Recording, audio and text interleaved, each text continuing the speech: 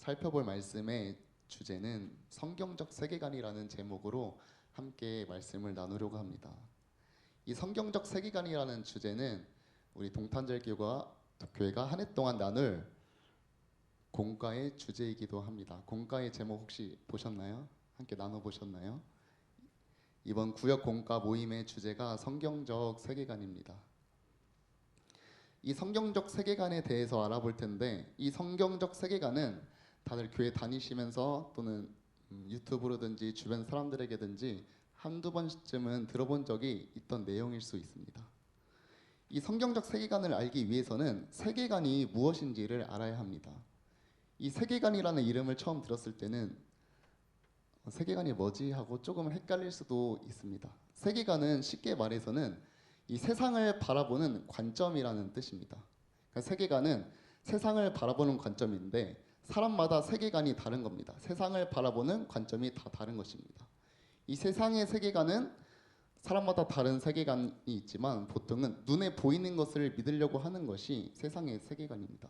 입증된 것, 증명된 것, 합리적인 것, 우리의 생각으로 이성적으로 생각했을 때 맞다고 생각되어지는 것, 과학적으로 입증된 것, 이것들을 믿으며 이것들을 가지고 살아나가는 게 바로 세상의 세계관입니다.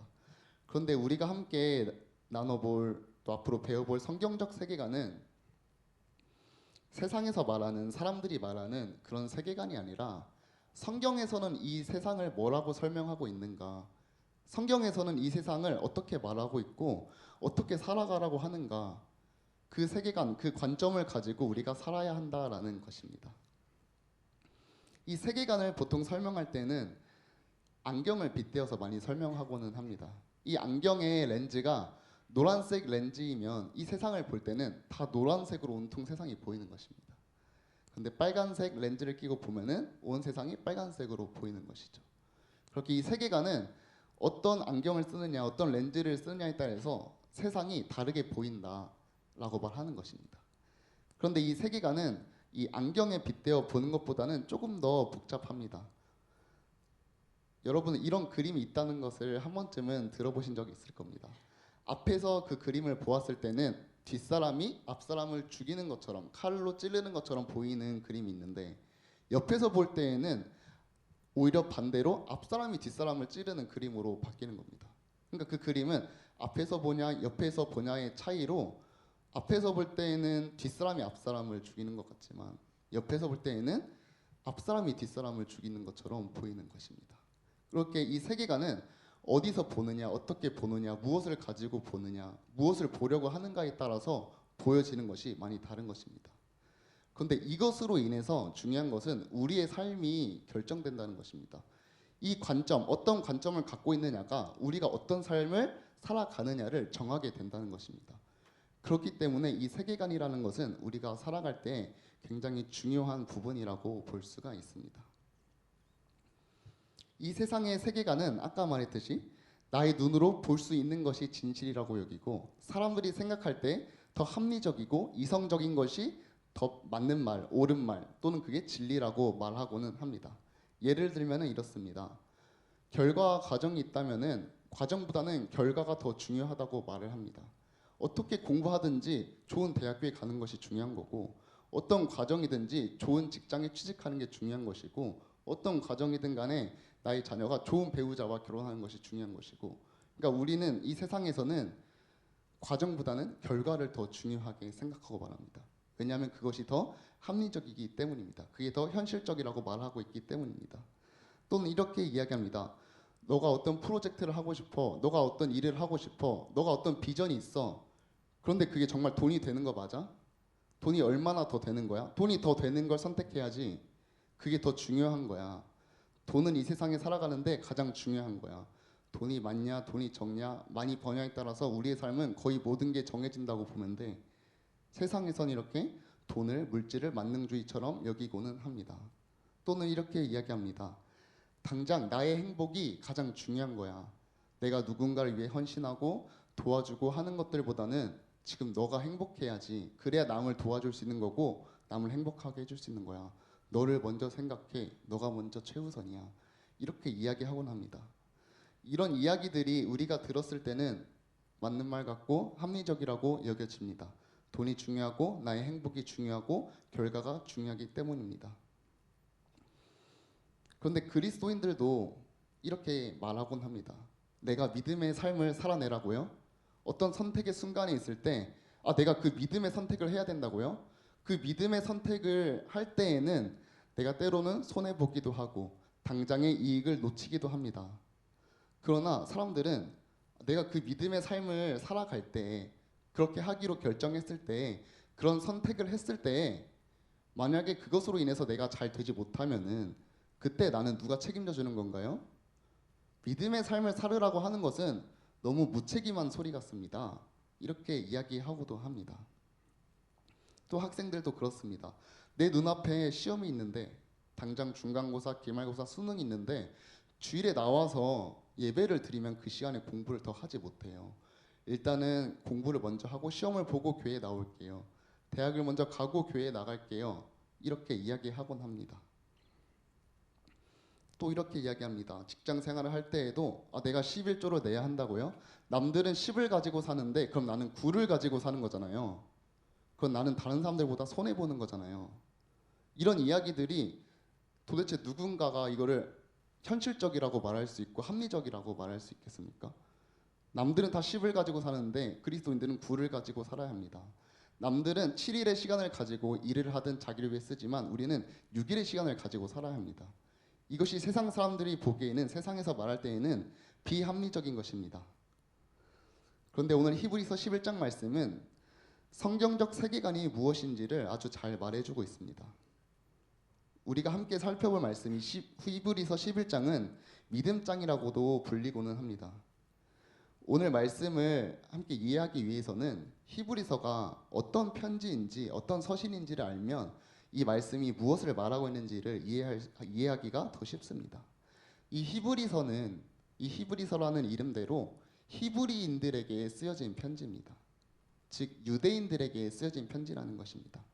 그런데 유대교에 속해서 예수님을 부인하고 하나님만을 믿는 유대교인이 아니라 유대교에서 유대인으로서 생활을 하다가 예수님을 믿게 돼서 개종을 한 유대인 출신의 그리스도인들에게 쓴 편지입니다. 이 히브리서가 쓸 당시에 이 유대인 출신들의 그리스도인들은 굉장히 삶이 힘들었습니다.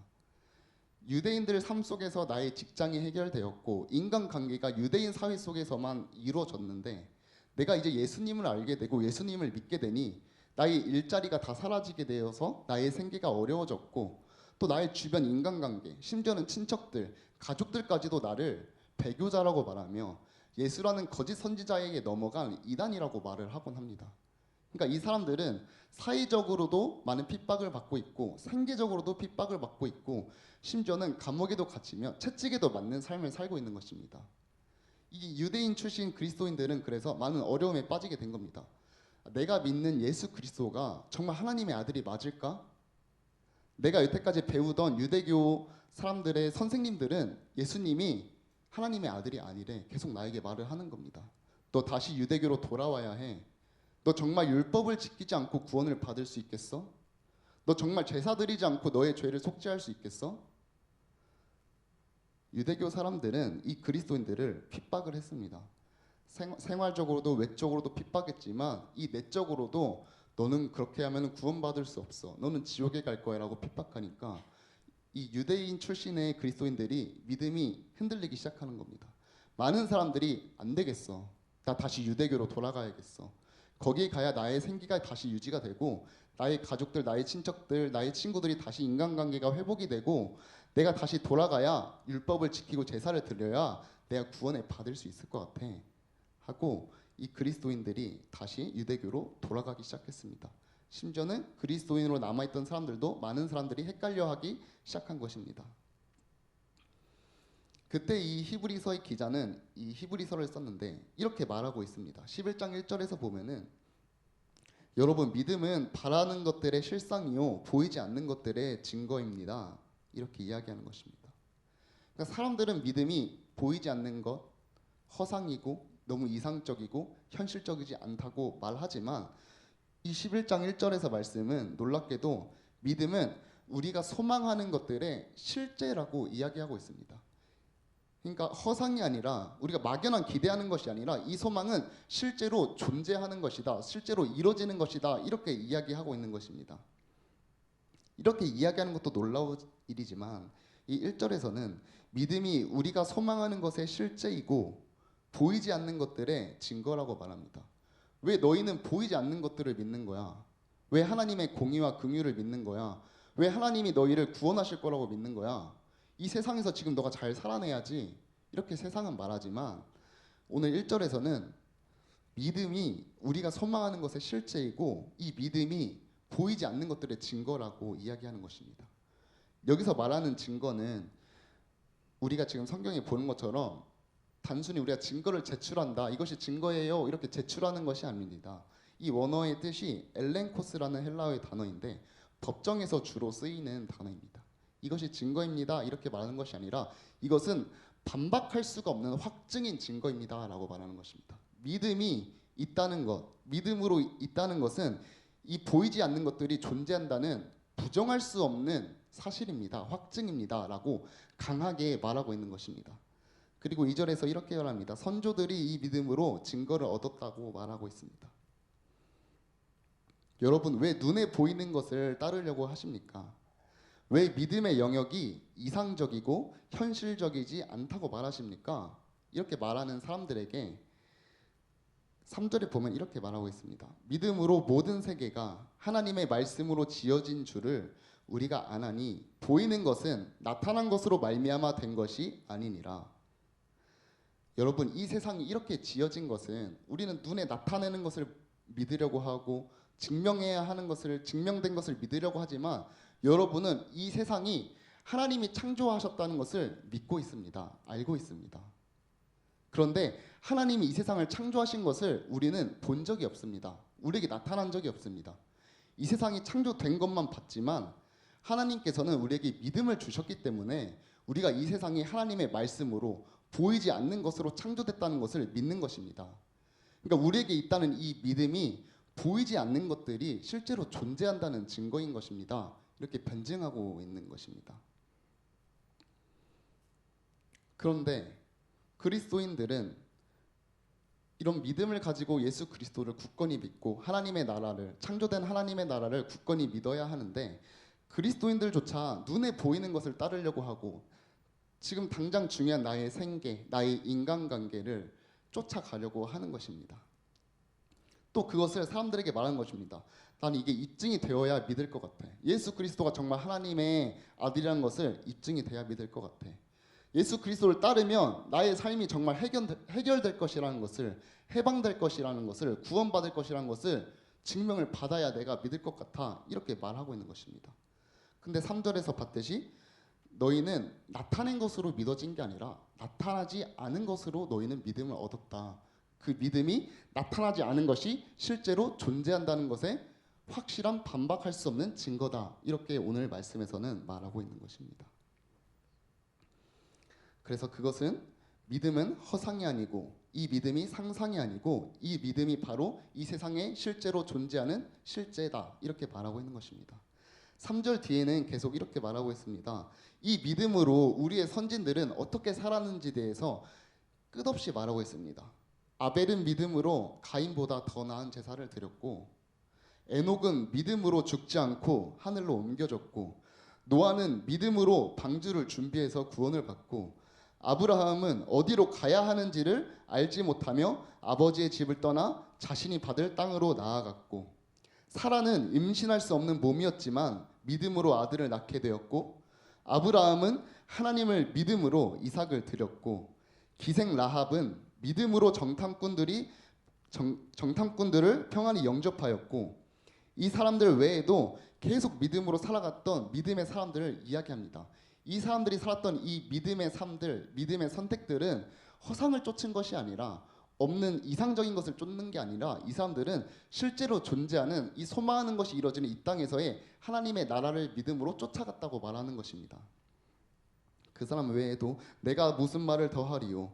기드온, 바락, 삼손, 입다, 다윗, 사무엘 선지자들의 일을 말하려면 시간이 나에게 부족하다고 말합니다. 이 믿음의 삶을 살아갔던 선진들이 이로써 증거를 얻었다고 말하고 있습니다. 믿음의 삶, 성경적 세계관을 가지고 살아가는 성도들은 세상에서 말하는 말들이 그렇게 중요하게 들리지 않습니다. 노아의 같은 경우는 그 높은 산 위에 방주를 만든다고?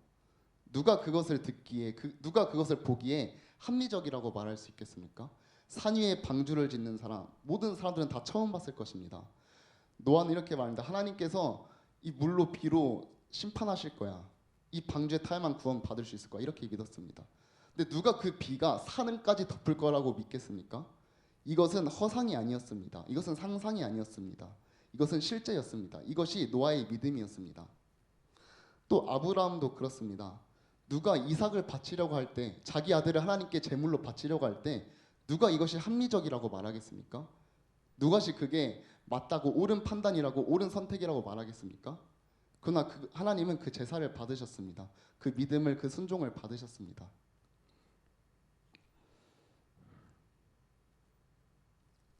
우리는 세상에서 말하는 것이 맞다고 하는 것이 아니라 세상 사람들이 이성적으로 생각했을 때 이것이 맞아, 이것이 더 합리적이야, 이것이 더 효율적이야, 이것이 맞는 것이 아니라 하나님이 맞다고 하는 것이 맞는 것입니다.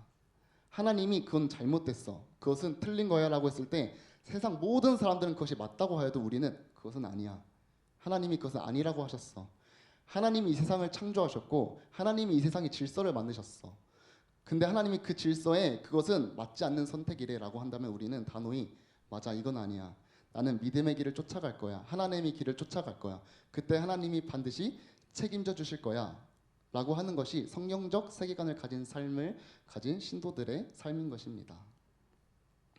이 세상에서는 처음 말했듯이 돈이 가장 중요해. 가정을 생각하려면 너가 돈을 먼저 생각해야지. 너가 먼저 괜찮은 집을 사는 게 중요하잖아. 세상에서는 너의 커리어를 먼저 쌓는 게 중요하잖아. 너의 행복이 가장 중요하잖아. 너가 지금 뭘 원하는지가 가장 중요하잖아. 너가 지금 어떤 행복을 누리는지, 너의 쾌락이 중요한 거잖아. 너의 현실이 중요한 거잖아. 너의 마음이 중요한 거잖아. 너가 가장 중요한 거야. 세상에는 중요한 것들이 너무나 많은 것 같습니다. 전부 다 맞는 말 같고 전부 다 나를 위해 하는 말 같습니다. 그런데 돈과 명예와 행복, 모든 것 다 중요합니다. 그런데 겨우 그런 것들이 하나님보다 더 중요하지는 않습니다. 그런 것들을 버리라는 것도 아니고 그것들을 신경 쓰지 말라는 것도 아니지만 그것들이 하나님보다 더 중요하게 여겨질 수 없다는 것입니다. 아까 찬양했던 것처럼 내 안에 가장 귀한 것은 예수님이라고 우리가 고백을 하였습니다. 금보다 은보다 더 귀한 것도 예수님이라고 고백하였습니다. 이 고백은 우리의 그냥 노래로 하는 고백, 그렇게 이루어지면 좋겠다가 아니라 그것이 우리가 살아가는 이 세상의 실제인 것입니다. 예수님이 금보다 은보다, 내 안에 그 어떤 것보다 귀한 분은 예수님, 그것이 우리가 이 땅에 살아가는 곳의 실제의 이 세상인 것입니다. 오늘 히브리서 11장에서 그렇게 말하는 것입니다. 이 세상에서 말하는 것들이 진짜가 아니야. 이 세상에서는 보이지 않는다고 그것이 허상이라고 말하지만 그것은 허상이 아니야. 그것이 실상이야 라고 말하는 것입니다. 그러니까 너희는 믿음의 눈을 들어서 똑바로 이 세상을 보라고 말하는 것입니다. 당장 내 눈앞에 있는 이익을 포기하고, 당장 내 눈앞에 있는 이익을 뒤로 제쳐놓고 믿음의 선택을 하는 것이 세상에서 보기에는 너무나 미련하고 한심해 보일 수 있습니다.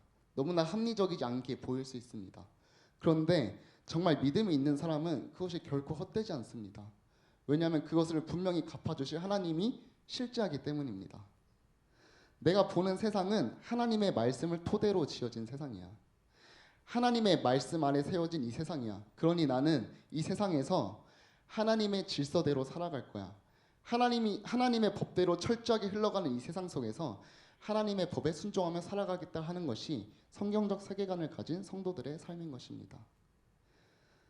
이스라엘 백성들이 출애굽할 때 홍해 바다 앞에서 모든 백성들은 혼비백산하며 나는 이제 죽었구나, 내가 여기서 이렇게 나를 죽게 할 거면 우리를 왜 이곳까지 불러내었느냐 하면서 화를 내고 불평불만을 하였습니다. 그것이 세상 사람들의 가치관인 것입니다. 내 눈앞에 힘듦이 있을 때는 눈앞에 보이는 홍해 바다, 내 뒤에 보이는 이스라엘의 병거들만, 애굽의 병거들만 보이는 것입니다. 그런데 모세는 이렇게 말하고 있습니다. 모세는 너희는 두려워하지 말고 가만히 서서 여호와께서 오늘 너희를 위해서 행하시는 구원을 바라보라고 말합니다. 모세에게는 이것이 실제였던 것입니다. 다른 사람에게는 우린 이제 죽었구나, 이것이 눈에 보이는 것이 실제로 여겨졌다면은, 이것이 현실로 여겨졌다면은, 모세에게는 하나님이 우리를 분명히 구원하실 거야, 하나님의 구원이 실제였던 것입니다. 내 눈앞에 보이지 않지만, 아직 이뤄지지 않았지만 모세는 믿음으로 그것을 바라본 것입니다. 하나님을 바라본 것입니다. 왜냐하면 하나님이 다스리시는 이 세상은, 하나님이 창조하신 이 세상은 분명히 그렇게 흘러갈 것이기 때문입니다.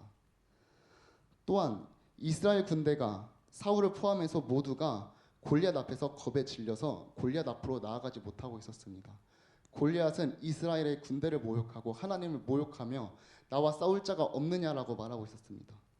그렇게 키가 크고 용맹했던 사울도 두려워 떨며 골리앗 앞에 나서지 못하고 있었습니다.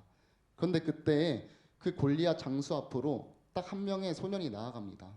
그 소년은 저를 저게 보내주십시오, 제가 분명히 이길 수 있습니다 라고 말합니다. 형들도 무서워하며 나는 이길 수 없어라 생각하고, 왕도 이길 수 없다 생각하고, 모든 장군들도 이길 수 없다 생각하지만 다윗의 생각에는 나는 분명히 이길 수 있어라고 생각하는 것입니다. 누군가가 바라봤을 때는 저 소년은 지금 아무것도 모르고 혈기를 부리는 거야, 저 소년은 지금 그냥 개죽음을 당하고 말 거야, 모두가 그렇게 생각했을지 모릅니다. 다른 사람들은 너가 어딜 거길 나가, 너가 나갈 자리가 아니야 라고 말할 수 있을지 모르겠습니다. 하지만 다윗은 내가 분명히 이깁니다 라고 말하고 있습니다. 누군가에게는 이상입니다. 다윗이 이기는 건 너무 이상적입니다. 너무나 꿈과 같은 일입니다. 그것이 벌어질 일이 희박합니다. 그러나 다윗은 확실합니다. 나는 분명히 이길 거야, 하나님이 분명히 나를 이기게 하실 거야. 그리고 골리앗 앞으로 담대히 나아갑니다. 너는 나에게 칼과 창과 단창으로 나와오지만, 그러니까 너는 이 세상의 무기와 이 세상의 힘으로 나한테 나오지만 나는 너가 지금 모욕하는 이스라엘 군대의 하나님의 이름으로 너에게 나아간다고 합니다. 다윗은 보이지 않는 하나님의 힘으로 너에게 나와서 지금 생사를 건 결투를 하고자 하는 겁니다. 그때 다윗의 이 믿음은 허상이 아니라 실상이 되는 것입니다. 그 다윗이 칼과 창과 단창, 이 세상의 좋은 무기를 가져간 것이 아니라 여호와 하나님의 이름으로 나아갈 때 이 세상에서 승리하게 된 것입니다. 사람들이 스데반을 죽이려고 스데반을 잡아다가 심문합니다. 너가 정말 그 거짓 예수를 믿느냐, 하나님의 아들이라고 거짓말하는 예수를 믿느냐, 이렇게 말합니다. 스데반을 잡아서 감옥에 가두려고 하고, 심지어는 스데반을 죽일 생각까지 하고 있습니다. 그것을 아는 스데반은 이때 내가 예수를 부인할까? 여기서 모면할까? 어떻게 할까? 나는 이제 죽었구나 낙심하는 것이 아니라 스데반은 천사의 얼굴을 하고 있습니다. 스데반은 이때 하나님을 바라보는 것입니다. 나는 이제 죽었구나, 나는 예수님을 그렇게 신실하게 믿었는데 내가 이곳에 억울하게 잡혀서 죽는구나가 아니라 천사의 얼굴을 활짝하며 웃고 있는 것입니다. 그리고는 사람들이 그 스데반을 향해서 돌을 던지기 시작합니다.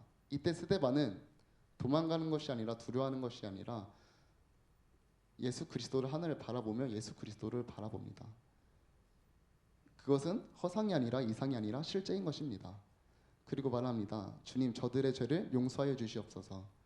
나에게 돌을 던지는 저자들을 용서하여 주시옵소서. 이것이 스데반의 믿음인 것입니다. 이것은 누가 볼 때는 너무 비합리적이고 미련해 보이고 한심해 보이지만 전혀 그것이 아니라 이건 현실 속에서 하나님의 창조된 세계에서 올바른 삶을 살고 있는 이 선진들의 모습인 것입니다. 세상의 세계관과 우리의 성경적 세계관은 이렇게 많이 다릅니다. 눈에 보이지 않는 것들이 분명히 실제합니다. 눈에 보이지 않는 하나님이 분명히 실제합니다. 눈에 보이지 않는 하나님의 질서가 이 세상이 분명히 돌아가고 있습니다. 우리는 그것을 믿습니다. 요즘 세상에서 세상의 세계관과 성경의 세계관이 충돌하는 것 중 가장 큰 이슈는 동성애입니다. 남자가 남자를 사랑하고 여자가 여자를 사랑한다는데 이것이 무엇이 문제가 됩니까? 여러분들이 이성애를 하는 것처럼 우리는 동성애를 하는 것입니다. 이것은 사랑 중에 한 종류일 뿐입니다 라고 말할 때 세상은 동성애를 잘못이라고, 잘못된 것이라고 말할 방법이 없습니다. 왜냐하면 그들은 그것이 사랑이라고 말하고 있고, 그들은 사랑한다고 사랑을 하고 있는데 그것은 잘못된 거야? 라고 말할 수가 없습니다. 왜냐하면 세상에서는 사랑에 대한 규정을, 정의를 올바로 내릴 수 없기 때문입니다. 그렇기 때문에 미국과 캐나다, 유럽 등에서는 동성애가 합법화가 이루어져서 동성애를 하는 것이 합법이며 심지어는 어린이집, 유치원, 초등학교, 고등학교에 이르기까지 각 가정에 대한 교육을 할 때 아빠와 아빠의 가정이 있는 거야, 엄마와 엄마가 있는 가정이 있는 거야라고 가르쳐야 하는 교육이 있습니다. 심지어 어린이집, 유치원에서는 왕자와 왕자의 사랑, 공주와 공주의 사랑의 책을 구비해야 되는 실정에 이르기까지 했습니다. 이것을 아무도 잘못이라고 말할 수가 없습니다. 이것이 세상의 세계관인 것입니다. 심지어 캐나다에서는 동성애뿐만 아니라 동물과 인간과의 결혼도 합법화가 되었습니다. 이것이 이 세상의 세계관인 것입니다. 그런데 우리는 이것이 잘못된 것임을 분명히 알고 있고 그것은 잘못됐다고 말하고 있습니다. 그 이유는 동성애가 잘못됐다고 입증하고 세상의 방법으로 증명할 수 없지만 하나님이 그것을 미워하시기 때문입니다. 하나님께서는 분명하게 나는 동성애를 미워한다고, 그것은 죄라고 말씀하고 있습니다. 그렇기 때문에 동성애는 우리에게 가증한 것이고 동성애는 그렇기 때문에 하나님이 미워하시는 죄인 것입니다. 세상은 보이지 않는 하나님, 보이지 않는 신실한 신자들의 믿음이 비현실적이라고 말하지만, 눈에 보이는 이 세상이 현실적이라고 말하지만 하나님께서는 말씀에서 이 세상은 잠시 지나가는 것이고 보이지 않는 하나님이 영원한 존재라고 말하고 있습니다.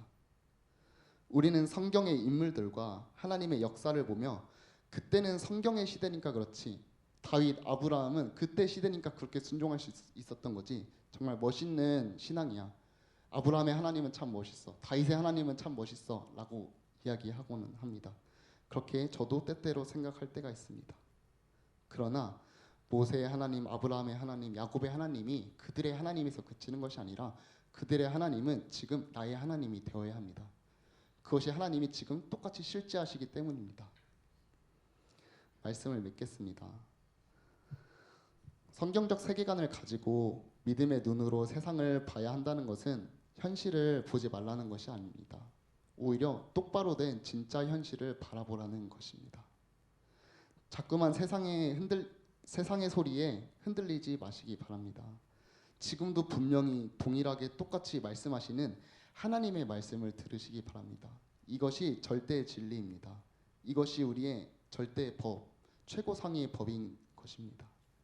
세상의 어떤 시선에도 흔들리지 않고 믿음의 눈을 들어 하나님을 바라보시는 우리 동탄제일교회 성도님들이 되시기를 축복합니다.